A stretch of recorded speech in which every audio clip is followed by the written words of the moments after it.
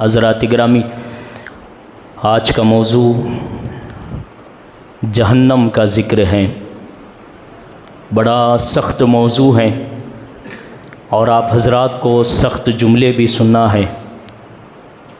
آج انسان اور اس میں بھی مسلمان جس کو یہ پتہ ہے کہ جہنم حق ہے، جس کو یہ پتہ ہے جنت حق ہے، جس کو یہ پتہ ہے قبر حق ہے، جس کو یہ پتہ ہے موت حق ہے، مانتا تو ہے، جانتا تو ہے، مرنا ضرور ہے، قبر کی زندگی بھی ہے، قبر کی زندگی کے بعد پھر اٹھائے جانا بھی ہے، اور اس کے بعد وہاں نیکیاں دیکھی جائے گی۔ اگر اعمال اچھے ہوں تو جنت میں بھیجا جائے گا، اگر اعمال خراب ہوں تو پھر جہنم میں ڈالا جائے گا۔ لیکن افسوس ہے، معلوم ہونے کے باوجود بھی آج کا مسلمان جہنم سے اس طرح غافل ہیں، اس طرح جہنم سے دور جو ہے خیالات اور اس کے تعلق سے سوچنے سے اتنا دور جا رہا ہے، ایسا لگتا ہے کہ اس کو جہنم کے بارے میں معلوم ہی نہیں ہے، جہنم کے داخلے کے بارے میں معلوم ہی نہیں ہے، یا ایسا اپنے آپ کو سمجھ بیٹھا ہے کہ میں گارنٹی جنتی ہوں، جہنم کا منہ بھی مجھے دیکھنا نہیں پڑے گا۔ اس انداز سے آج کا مسلمان غفلت میں زندگی گزار رہا ہے۔ میرے بھائیوں، آج میں چند باتیں آپ حضرات کے سامنے رکھوں گا، دل کے کانوں سے ایک ایک جملے کو بٹھائیے اور دل تک پہنچانے کی کوشش کیجئے کہ جہنم کیا چیز ہے، اور اللہ نے جب جہنم کا ذکر کیا تو کس انداز سے جہنم کا ذکر کیا ہے۔ اللہ تعالیٰ جب جہنم کا ذکر کرتا ہے تو پہلے پارے میں سورہ بقرہ آیت نمبر 24 میں اس طرح ارشاد فرماتا ہے، فاتقوا النار التی وقودها الناس والحجارہ اعدت للکافرین۔ اے لوگوں، اس آگ سے ڈرو جس کا ایندھن پتھر اور انسان ہے۔ جہنم جو جلائی جائے گی، جہنم جو دہکائی جائے گی، لکڑیوں سے نہیں، پتوں سے نہیں، کاغذوں سے نہیں، جہنم جو جلائی جائے گی پتھروں سے جلائی جائے گی، انسانوں سے جلائی جائے گی۔ اور آپ اندازہ لگائیے، یہ جو پتھر ہے نا، جلنے والی چیز نہیں ہے، لیکن اللہ تعالیٰ جب جہنم کو جلائے گا اور جب جہنم بنائی گئی، اس کو دہکائی گئی، جہنم تیار کی گئی، تو پھر اللہ نے اس کے لیے پتھروں کا استعمال فرمایا۔ اب آپ اندازہ لگائیے، پتھر جب جلتا ہے تو یہ وہ پتھر ہوتا ہے کہ پگھلنے والا نہیں ہوتا، جتنا جلایا جائے گا آگ اتنی بھڑکتی جائے گی۔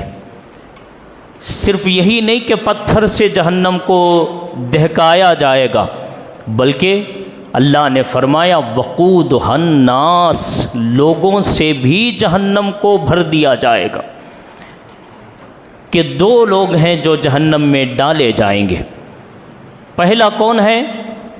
اللہ فرماتا ہے اعدت للکافرین، کافر ہیں جو جہنم میں ڈالے جائیں گے، جن کے لیے جہنم تیار کی گئی ہے۔ اور دوسرا کون ہے؟ اللہ تعالیٰ پارہ نمبر 30 میں آیت نمبر 21 سے لے کر 26 تک سورۃ النبا عما یتساءلون، اس صورت میں اللہ فرماتا ہے ان جہنم کانت مرصادا للطاغین مآبا لابسین فیہا احقابا لا یذوقون فیہا بعدا ولا شرابا الا حمیما وغساقا جزاء وفاقا۔ اللہ فرماتا ہے بے شک جہنم تاک میں ہے، انتظار میں ہے، جہنمیوں پر لپکنے کے۔ کن لوگوں کو؟ سرکشوں کا ٹھکانہ یہ جہنم ہے، یعنی جو اللہ سے پھر جاتا ہے، جو اللہ سے دور ہو جاتا ہے، جہنم اس کی طاق میں ہے، اس کے انتظار میں ہے۔ اب یہ جو سرکش ہو گئے نا اللہ سے، مفسرین کہتے ہیں اس میں کافر بھی شامل ہے، اور اس میں وہ مسلمان بھی داخل ہے جو اللہ کی عبادتوں سے دور ہیں، جو اللہ کو بھول گیا ہے، جو اللہ کی عبادتوں سے بڑا دور ہو چکا ہے، جہنم اس کا بھی انتظار کر رہی ہے۔ دیکھیے اس آیت سے معلوم ہوا کہ صرف کافر ہی نہیں بلکہ جہنم میں مسلمان بھی ڈالے جائیں گے۔ پھر اللہ فرماتا لابثین فیہا احقابا، اس میں مدتوں مدتوں رہنا ہے، سالوں سالوں اس میں رہنا ہے۔ ایسا نہیں کہ ایک دن میں چھوڑ دیا جائے گا، 2 دن میں چھوڑ دیا جائے گا، 10 دن میں چھوڑ دیا جائے گا، 1-2 سال میں چھوڑ دیا جائے گا، نہیں، سالوں سال جلنا پڑے گا۔ پھر اللہ تعالیٰ آگے فرماتا لا یذوقون فیہا بغضا ولا شرابا، اور یہ گمان نہ کرو کہ تمہیں وہاں یعنی جہنم میں ٹھنڈا ٹھنڈا پانی دیا جائے گا یا میٹھا میٹھا شربت دیا جائے گا۔ اللہ فرماتا الا حمیما وغساقا، نہ تمہیں جہنم میں کھولتا ہوا پانی دیا جائے گا جب پیاس لگے گی، کھولتا ہوا پانی دیا جائے گا۔ اور پھر اللہ فرماتا غساقا، اور جو جہنمیوں کے بدنوں سے پیپ نکل رہا ہوگا وہ پیپ پلایا جائے گا تمہیں۔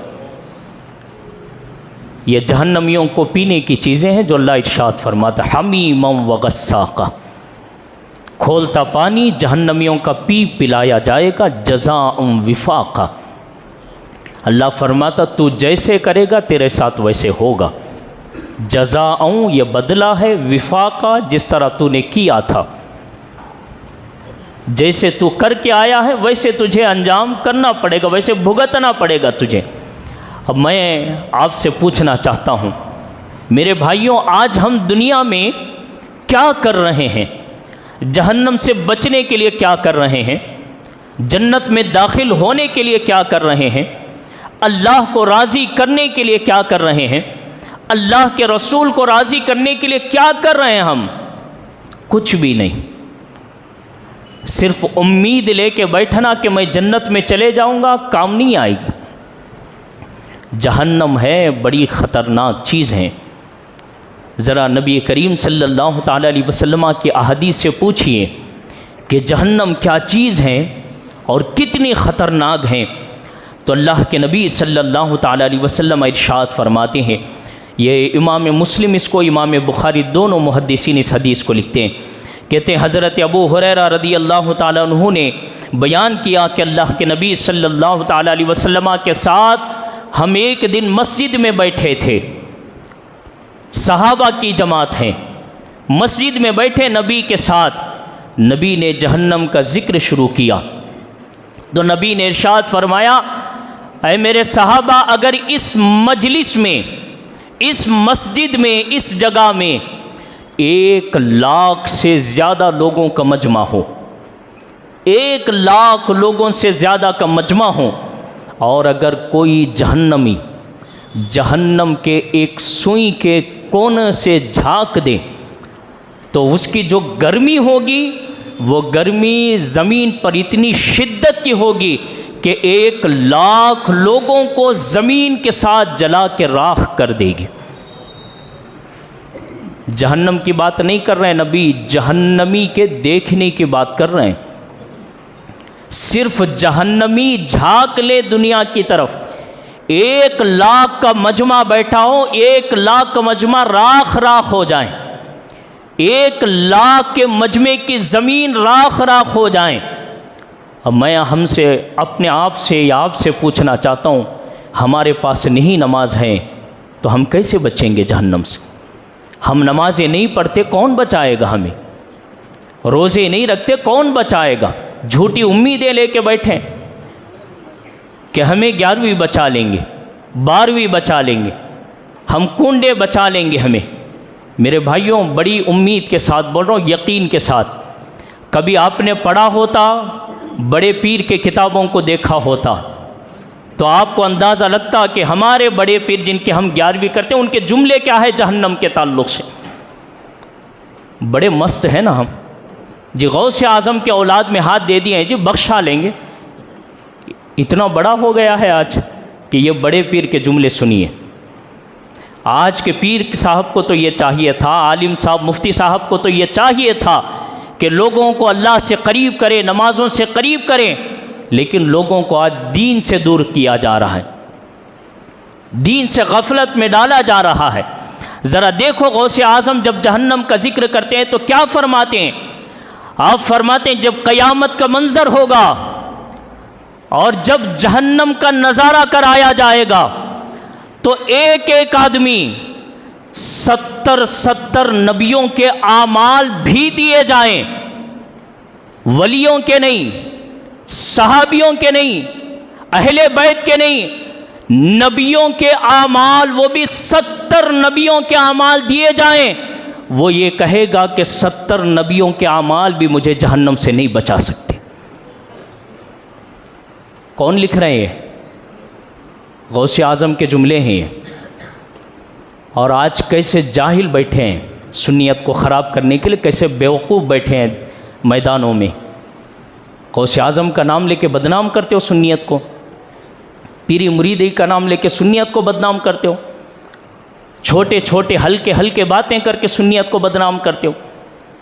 یہ بڑے پیر کے جملے ہیں، یہ نبی کا بیٹا ہے، یہ حسین کے اولاد ہیں، یہ حسن کے اولاد ہیں، سچا جو ہے اہل بیت ہے، یہ سچا آل نبی ہیں، جن کے جملے اتنے خطرناک ہیں کہ 70 نبیوں کے اعمال دیے جائیں تب بھی وہ یہ آرزو کرے گا کچھ اور مل جائے تاکہ جہنم سے بچ جاؤں میں۔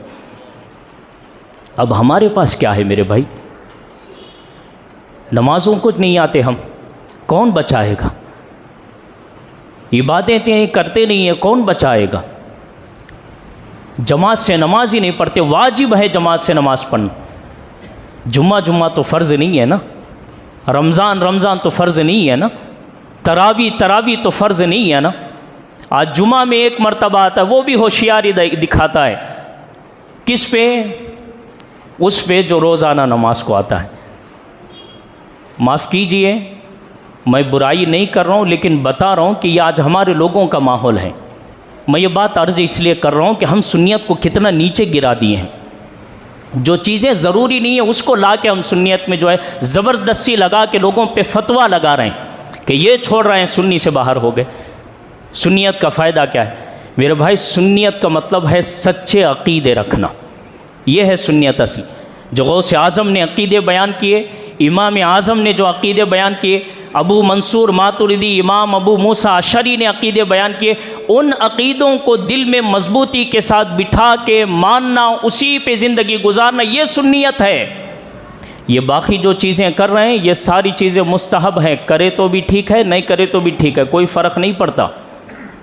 عرب میں بھی سنی موجود ہیں، لیکن آج عرب میں کوئی یہ ایسا نہیں پڑھتا جیسے ہم روزانہ کھڑے ہو کے یا نبی سلام علیکہ پڑھتے ہیں۔ اب ان کو بھی کہو گے کہ سنی نہیں ہے؟ مصر میں کتنے سنی موجود ہیں، وہ اس طرح نہیں ہوتا جس طرح آج ہم کرتے ہیں۔ تو میں یہ بتانا چاہتا ہوں عقیدے کے اعتبار سے ہم سنی ہیں۔ ہمارا عقیدہ نبی کے تعلق سے کیا ہے، صحابہ کے تعلق سے کیا ہے، اہل بیت کے تعلق سے کیا ہے، اولیاء کے تعلق سے کیا ہے۔ بہرحال میں یہ عرض کرنا چاہتا ہوں میرے بھائیوں، ہم بڑے غفلت میں زندگی گزار رہے ہیں۔ ایک اور حدیث پاک سنیے کہ جہنم کیسے جلائی گئی ہے، کتنے سال جلائی گئی ہے۔ نبی کریم صلی اللہ تعالیٰ علیہ وسلم ارشاد فرماتے ہیں، ترمذی شریف کی حدیث پاک ہے، فرماتے ہیں کہ جب اللہ تعالیٰ نے جہنم کو تیار کرنے کا حکم دیا تو اللہ تبارک و تعالیٰ نے حکم دیا فرشتوں جہنم کو لے کر آؤ۔ کتنے فرشتے لے کر آئے؟ کہتے ہیں کہ 70,000 فرشتے لگام ڈالے جہنم کو کھینچے لا رہے تھے۔ 70,000 فرشتے رسی ڈال کے جہنم کو کھینچ کے لا رہے تھے، اور نبی فرماتے ہیں ہر ایک لگام کے ساتھ 70,000 فرشتے تھے۔ فرشتوں کی طاقت کیا ہے؟ قرآن ذرا پڑھیے 12ویں پارے میں 19ویں پارے میں جگہ جگہ اللہ نے فرشتے کے جو طاقت ہے بیان فرمایا۔ کہ فرشتے کی طاقت یہ ہے، اگر فرشتہ اپنا ایک پر بچھا دے تو پوری زمین کو ایک لمحے میں پوری پلٹ کے واپس کر دے۔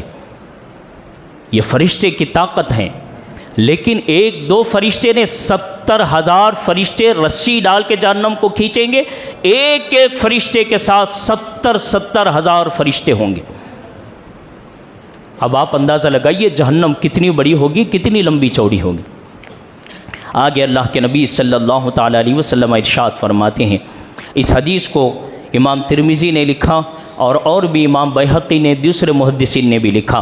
حضرت ابو ہریرہ کہتے ہیں کہ نبی کریم صلی اللہ تعالیٰ علیہ وسلم نے ارشاد فرمایا کہ جب اللہ تبارک و تعالیٰ نے جہنم کو پیدا فرمایا تو اللہ نے فرمایا جہنم کی آگ کو جلایا جائے۔ پتھروں کے ذریعے جہنم کی آگ جلائی گئی، دہکائی گئی۔ 1000 سال تک جہنم کی آگ دہکائی گئی۔ کس رنگ میں بدل گئی؟ نبی فرماتے ہیں 1000 سال جلنے کے بعد اس آگ کا رنگ لال ہو گیا۔ پھر نبی فرماتے ہیں کہ اللہ نے پھر فرمایا 1000 سال پھر جلاؤ۔ 1000 سال تک کے پھر جلائی گئی، اس کا رنگ پیلا ہو گیا۔ پھر اللہ نے فرمایا کہ 1000 سال پھر جلایا جائیں۔ 1000 سال تک پھر جلایا گیا، یہاں تک کہ اس آگ کا رنگ کالا ہو گیا۔ جب آگ کا رنگ کالا ہو گیا تو پوری جہنم اندھیری ہو گئی۔ 3000 سال تک کہ جس آگ کو پتھروں کے ذریعے جلایا گیا، اب ذرا آپ اندازہ کر سکتے ہیں، آپ ذرا سوچ سکتے ہیں اس آگ کی جو تپش ہوگی، اس آگ کی جو ہیبت ہوگی وہ کیا ہوگی۔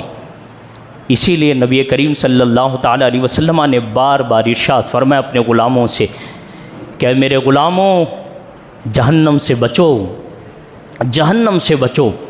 اور بڑی کمال کی بات بتاؤں، جو ہم جھوٹی امیدوں میں ہے نا کہ کوئی نہ کوئی بچا لیں گے، جناب میں اپنے سارے لوگوں کو بولتا ہوں، یہاں تک کہ میں اکثر اپنے گھر میں بھائیوں کو بھی کہتا ہوں کہ یہ جو حدیثیں ہم سن کے بڑے مست ہو جاتے ہیں کہ گھر کا ایک بچہ حافظ ہو جائیں تو 10 جہنمیوں کو جن پر واجب ہو چکی ہوگی ان کو جنت دے دیا جائے گا۔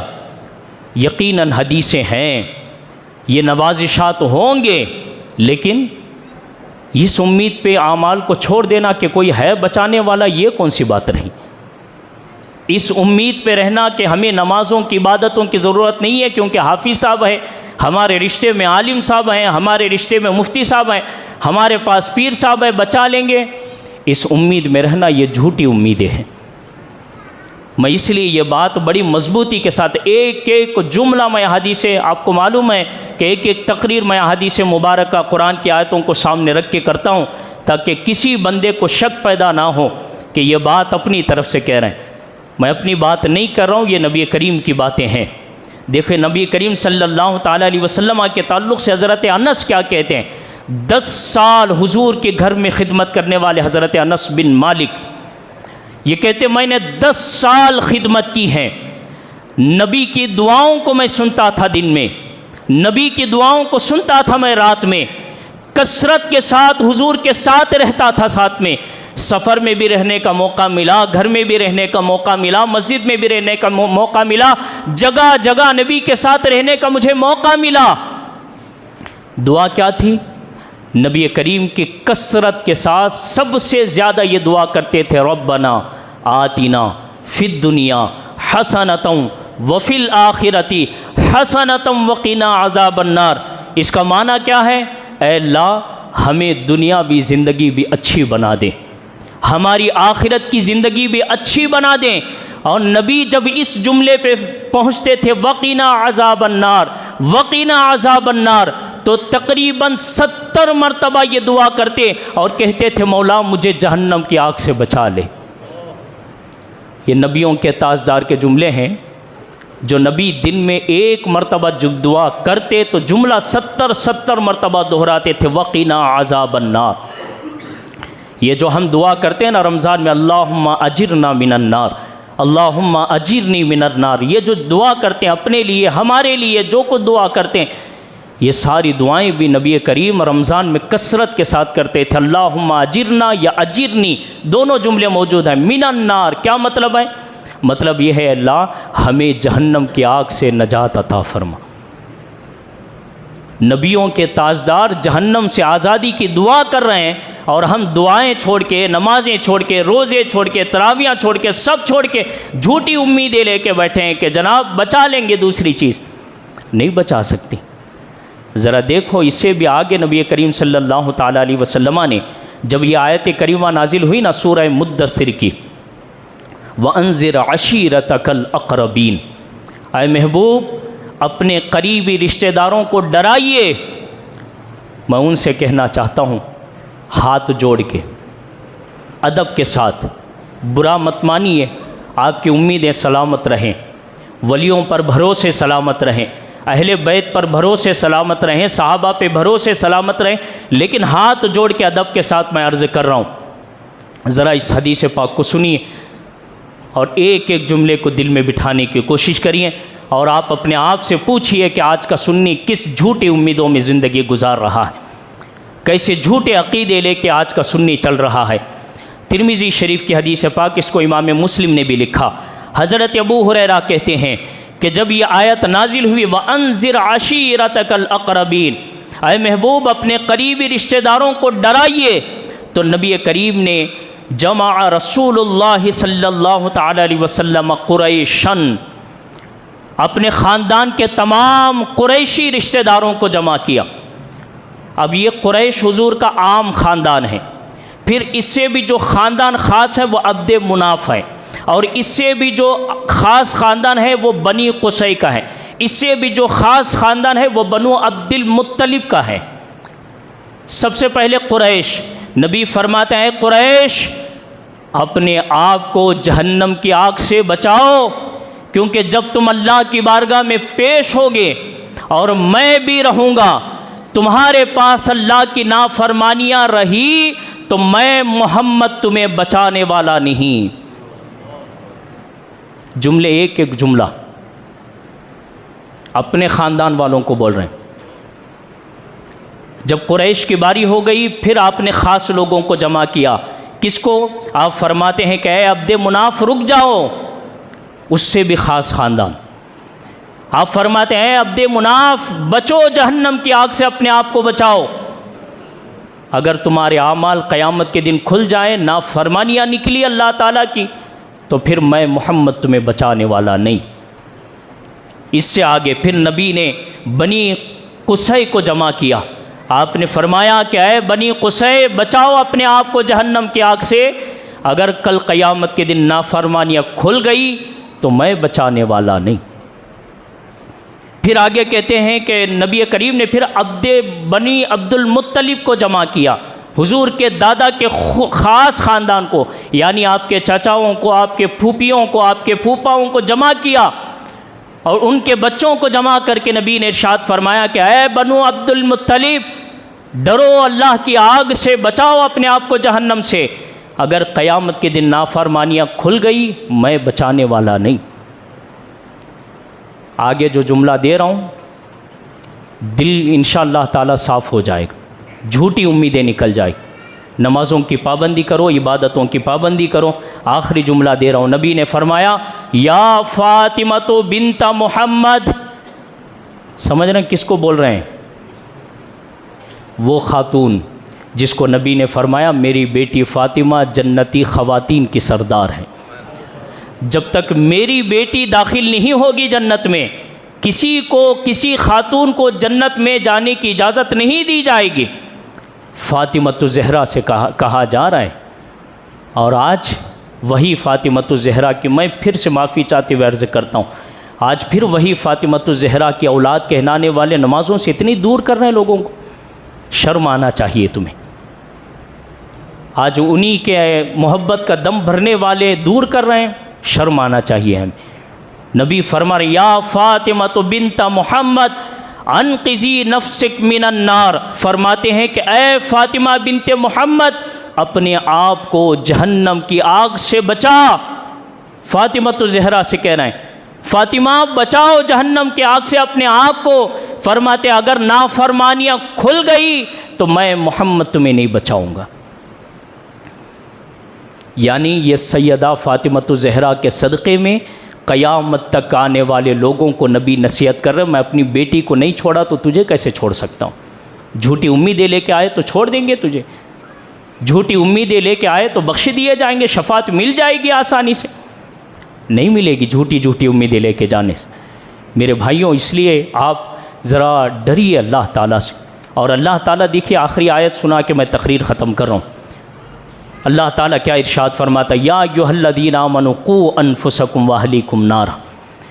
میں آپ سے پوچھنا چاہتا ہوں، کئی مرتبہ میں نے یہ آیت سنائی ہے، آج کا مسلمان بالکل وہی ہے کہ دنیا کے گانے تو دل میں بٹھائے پھرتا ہے، دنیا کے فلم سے تو ذہن میں بٹھائے پھرتا ہے۔ آج کون سا میچ چل رہا ہے اس کے بارے میں افطاری میں باتیں ہوتی ہیں، سحری میں باتیں ہوتی ہیں، کون کتنے رنس مارے گا، کون سینچری کرے گا، اس کی باتیں افطاری اور سحری میں ہوتی ہے۔ جہنم سے دوری کی دعا نہیں ہوتی۔ آپ کو محبت ہے اپنے گھر والوں سے؟ کس کس کو ہے؟ سب کو ہے۔ اپنے بچوں سے، ماں باپ سے، بھائیوں سے، بہنوں سے ہے محبت؟ اللہ فرماتا یا ایھا الذین آمنوا قوا انفسکم واہلیکم نارا، اگر ہے محبت خود کو بھی جہنم سے بچا، اپنے گھر والوں کو بھی جہنم سے بچا۔ ہم نماز نہیں پڑھتے، گھر والے بھی نماز نہیں پڑھتے، ہم نماز نہیں پڑھتے، بیٹے بھی نماز نہیں پڑھتے، ہم نماز نہیں پڑھتے، بیٹیاں بھی نماز نہیں پڑھتی، ہم نماز نہیں پڑھتے، ماں باپ بھی نماز نہیں پڑھتے۔ نہ ہم خود جہنم سے بچتے ہیں، نہ اپنے گھر والوں کو بچانے کی کوشش کرتے ہیں۔ اگر اس آیت کریمہ کو سامنے رکھ کے میں کڑوا جملہ دینا چاہوں نا تو میں یہ کہوں گا کہ آپ کے اپنے بچوں سے بھی جھوٹی محبت ہے، آپ کے اپنے بچیوں سے بھی جھوٹی محبت ہے، آپ کے اپنے ماں باپ سے بھی جھوٹی محبت ہے، آپ کے اپنے گھر والوں سے بھی جھوٹی محبت ہے، کیونکہ سچی محبت ہوتی خود بھی جہنم سے بچتے اور گھر والوں کو بھی بچانے کی کوشش کرتے، خود بھی بچتے، بچے بچیوں کو بھی بچانے کی کوشش کرتے۔ میرے بھائیوں غفلت کی زندگی سے باہر آ جاؤ۔ میں بیان کروں تو بڑا لمبا چوڑا جو ہے جہنم کی تاریخ ہیں، اس کے انجام ہیں، اس کے جو سانپ ہوں گے، بچھو ہوں گے، کس کس طرح کے عذاب ہوں گے، کتنے بڑے بڑے گڑھے ہیں جہنم کے، کتنے دروازے ہیں، کتنے گڑھے ہیں، ان گڑھوں میں کتنے سوراخ ہیں، اس کے بارے میں بولا جائیں تو ایک دن بھی لگا لیا جائیں تو کم ہے۔ لیکن چھوٹی بات بتا کے ختم کروں گا۔ قیامت کے دن یہ وہ جہنم ہے جس کو آج کا مسلمان ہلکا سمجھ رہا ہے، چھوٹے چھوٹے امیدوں میں 10-20 دن ادھر ادھر جا کے آیا، ایسا لگتا ہے یہ جنتی ہو گئے۔ 10-15 دن جو ہے اس کے پاس بیٹھا بڑا جو ہے امیدیں لے کے پھرتا، یہ وہ جہنم ہے۔ قیامت کے دن آدم صفی اللہ کہیں گے نفسی نفسی نفسی نفسی، کہیں گے مولا مجھے بچا لے پہلے۔ حضرت ابراہیم کہیں گے نفسی نفسی، مولا مجھے بچا لے۔ بیٹے اسماعیل کے بارے میں نہیں، اپنے بارے میں کہہ رہے ہیں نفسی نفسی مجھے بچا لے۔ اسماعیل ذبیح اللہ کہیں گے نفسی نفسی، مولا مجھے بچا لے۔ موسیٰ کلیم اللہ کہیں گے نفسی نفسی، مولا مجھے بچا لے۔ داؤد خلیفۃ اللہ کہیں گے مولا نفسی نفسی بچا لے مجھے۔ عیسیٰ روح اللہ کہیں گے کہ مولا نفسی نفسی بچا لے مجھے۔ صرف ایک ہستی ہے جو نفسی نفسی نہیں کہے گی، یہ کہے گی امتی امتی امتی۔ وہ مدینے کے تاجدار ہوں گے، میدان محشر میں ہاتھ کھول کے کہیں گے آ میرے غلام میں کھڑا ہوں تیرے لیے، آ میں ہوں تیرے لیے۔ میں ایک بات عرض کرنا چاہتا ہوں، قیامت میں سارے نبی بچوں کو بھی بھول گئے، گھر والوں کو بھی بھول گئے۔ 1400 سال کے بعد نہیں، ہزاروں سال کے بعد قیامت تک ایک بھی حضور کا غلام آئے گا، قیامت کے دن حضور اس کو بھی نہیں بھولیں گے، ہاتھ پھیلا کے کہیں گے آ جا میں ہوں، تیرا نبی بڑا کریم ہے، رحیم ہے۔ لیکن میں پوچھنا چاہتا ہوں اس نبی کی سنت کو ہم نے کتنا رکھا ہے بھئی چہروں پہ؟ وہ نبی تو فرماتے ہیں قرۃ عینی بالصلاۃ، میری آنکھوں کی ٹھنڈک نماز ہے، کتنا پڑھ کے ہم نے نبی کی آنکھوں کو ٹھنڈک پہنچایا۔ دل سے سوچئے، میں آپ کے اوپر چھوڑ رہا ہوں، آپ کی محبت کیسی ہے، آپ کیسے محبت کرتے نبی سے، اہل بیت سے، صحابہ سے، آپ کے اوپر چھوڑ رہا ہوں۔ اللہ سے دعا ہے اللہ تعالیٰ سب سے پہلے مجھے عمل کرنے کی توفیق عطا فرمائے، اللہ تعالیٰ تمام مسلمانوں کو جہنم سے آزادی نصیب عطا فرمائے۔